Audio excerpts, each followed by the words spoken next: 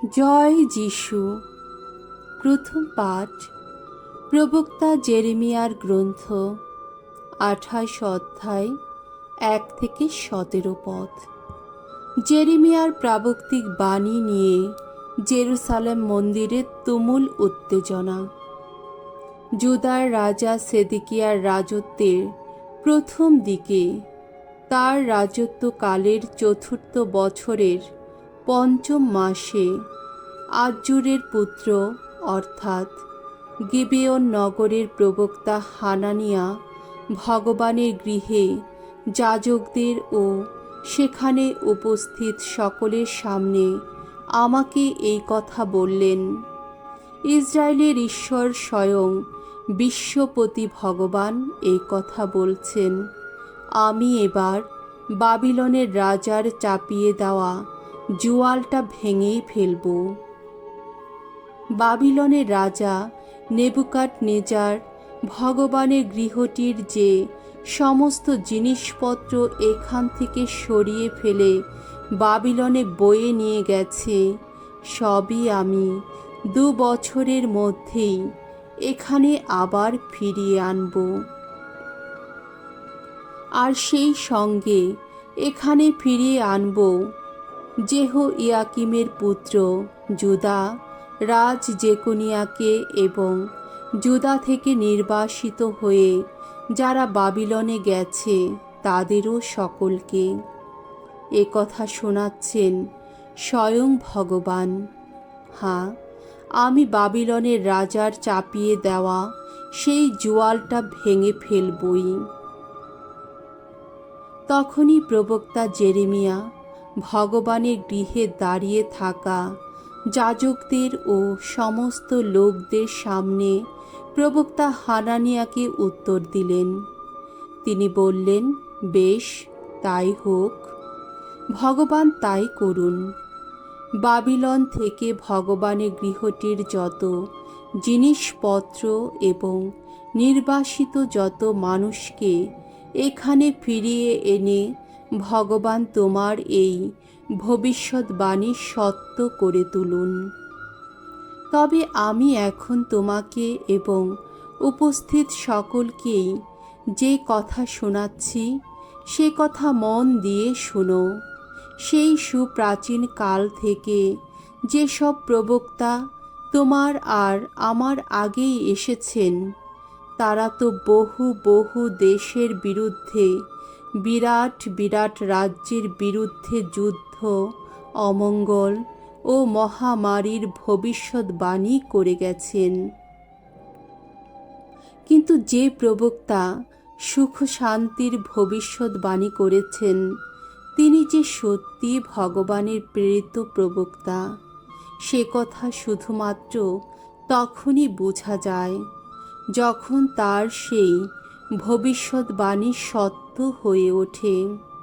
প্রবক্তা হানানিয়া তখন প্রবক্তা জেরেমিয়ার ঘাড়ে যে জোয়ালটা ছিল সেটা তুলে নিয়ে ভেঙে ফেললেন। তারপর তিনি সমস্ত লোকদের সামনে বলে উঠলেন, স্বয়ং ভগবান এই কথা বলছেন, আমি এমনি করেই 2 বছরের মধ্যে সকল জাতির ঘাড় থেকে বাবিলনের রাজা নেবুকাদনেজারের চাপিয়ে দেওয়া জুয়ালটা তুলে নিয়ে ভেঙেই ফেলব। তখন প্রবক্তা জেরেমিয়া সেখান থেকে চলে গেলেন।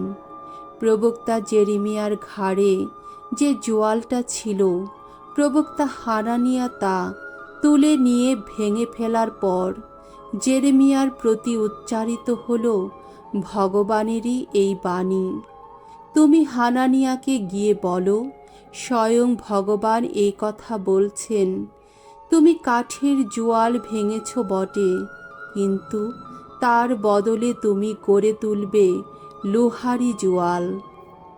ইসরায়েলের ঈশ্বর স্বয়ং বিশ্বপতি ভগবান তো এই কথা বলছেন, আমি এখন ওই সব জাতির ঘাড়ে চাপিয়ে দেব একটা লোহার জোয়াল, যাতে তারা বাবিলনের রাজা নেবুকাদনেজারের দাসত্ব করে। হ্যাঁ, তারা তার দাসত্ব করবেই।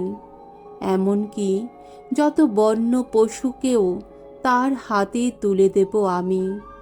তখন প্রবক্তা জেরেমিয়া প্রবক্তা হানানিয়াকে বললেন, শুনে রাখো হানানিয়া, ভগবান তোমাকে এখানে প্রেরণ করেননি, আর তুমি কিনা মিথ্যা কথা শুনিয়ে এই জাতির মানুষদের মনে আশা ভরসা জাগিয়েছ।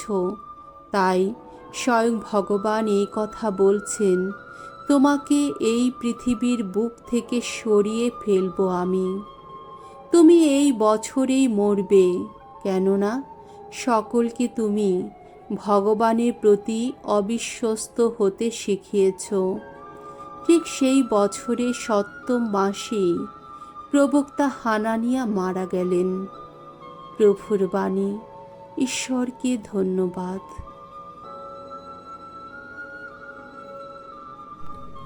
সাম সঙ্গীত 119 অধ্যায়, 29 পদ, 43 পদ, 79 থেকে 80 পদ, 95 পদ এবং 102 পদ। ধো, আমার চিত্তে জ্বালাও প্রভু তোমার বিধান প্রদীপ। মিথ্যা মোহের পথ থেকে ওগো দূরেই রাখো আমায়। কৃপা করো তুমি, শেখাও তোমার বিধান। এই কণ্ঠ থেকে সত্যের ভাষা হারাতে দিও না তুমি। তোমার বিচার আদেশ, সেই তো আমার প্রাণের আশা। ভগবৎ ভীরু যারা, তোমার প্রতিটি নির্দেশ জানে যারা, আমার কাছে আবার ফিরে আসুক তারা। তোমার বিধি পালনে যেন ত্রুটিহীন থাকি আমি, আমাকে যেন কোনোদিন লজ্জা না পেতে হয়। আমায় ধ্বংস করার জন্যে মুখিয়ে আছে দুর্জনের দল, আমি কিন্তু নিয়তই মনে রাখি তোমার নির্দেশ বাণী। তুমি নিজেই যে আমার দীক্ষা গুরু, তাই তোমার বিচার নীতির পথ ছেড়ে সরে যাই না আমি। বাণী বন্দনা। জয় জয় প্রভুর জয়। মানুষ কেবল রুটি খেয়েই পারে না কো বাঁচতে, প্রভুর উক্তি পাথেয় করে পারে বেঁচে থাকতে। জয় জয় প্রভুর জয়। মঙ্গল সমাচার। মথি রচিত মঙ্গল সমাচার 14 অধ্যায় 13 থেকে 21 পদ। যিশু এই প্রথম লোকদের খাওয়ানোর জন্যে অলৌকিকভাবে রুটির পরিমাণ বহু গুণে বৃদ্ধি করলেন। দীক্ষা গুরু যোহনের মৃত্যুর খবর পেয়ে যিশু নৌকো করে এমন একটি নির্জন জায়গায় চলে গেলেন, যেখানে তিনি একটু নিরিবিলিতে থাকতে পারবেন। এদিকে এই কথা জানতে পেরে সেখানকার বিভিন্ন শহর থেকে লোকেরাও তখন হাঁটা পথে তার পিছু পিছু সেখানে গেল। ফলে নৌকো থেকে নেমে যিশু দেখতে পেলেন সামনে বহু লোকের ভিড়। তাদের জন্যে তার কেমন দুঃখ হলো। তাদের মধ্যে যারা রোগে ব্যাধিতে ভুগছিল, তিনি তাদের সুস্থ করে তুললেন। সন্ধ্যা হয় এমন সময় শিষ্যেরা তার কাছে এসে বললেন, জায়গাটা বড় নির্জন আর বেলাও পড়ে এসেছে। এবার আপনি বরং লোকদের যেতে বলুন, যাতে তারা কাছের যত গ্রামে গিয়ে নিজেদের জন্যে কিছু খাবার কিনে নিতে পারে। যিশু উত্তর দিলেন, না, ওদের কোথাও যেতে হবে না, তোমরা নিজেরাই বরং ওদের খেতে দাও। তারা তখন বললেন, কিন্তু 5খানা রুটি আর 2টি মাছ ছাড়া এখানে আমাদের কাছে তো আর কিছুই নেই। যিশু বললেন, ওগুলোই আমার কাছে নিয়ে এসো তো। তারপর তিনি সমস্ত লোককে ঘাসের ওপর বসতে বললেন। এবার সেই 5খানা রুটি আর 2টো মাছ তিনি হাতে নিলেন আর স্বর্গের দিকে চোখ তুলে তাকিয়ে ঈশ্বরকে স্তুতি ধন্যবাদ জানালেন। তারপর রুটি কখানা ছিঁড়ে টুকরো টুকরো করে তিনি শিষ্যদের হাতে তুলে দিলেন, আর শিষ্যেরা তখন ওই টুকরোগুলো লোকদের হাতে দিতে লাগলেন। তারা সকলে খেলো, পেট ভরেই খেলো। তারপর যতগুলো টুকরো পড়ে রইল শিষ্যেরা তা কুড়িয়ে নিলেন, তাতে 12টি ঝুড়ি ভরে গেল।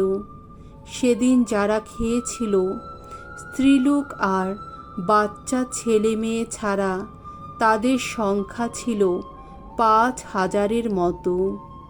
প্রভুর মঙ্গলময় বাণী। খ্রিস্ট প্রভু, তোমার প্রশংসা হোক।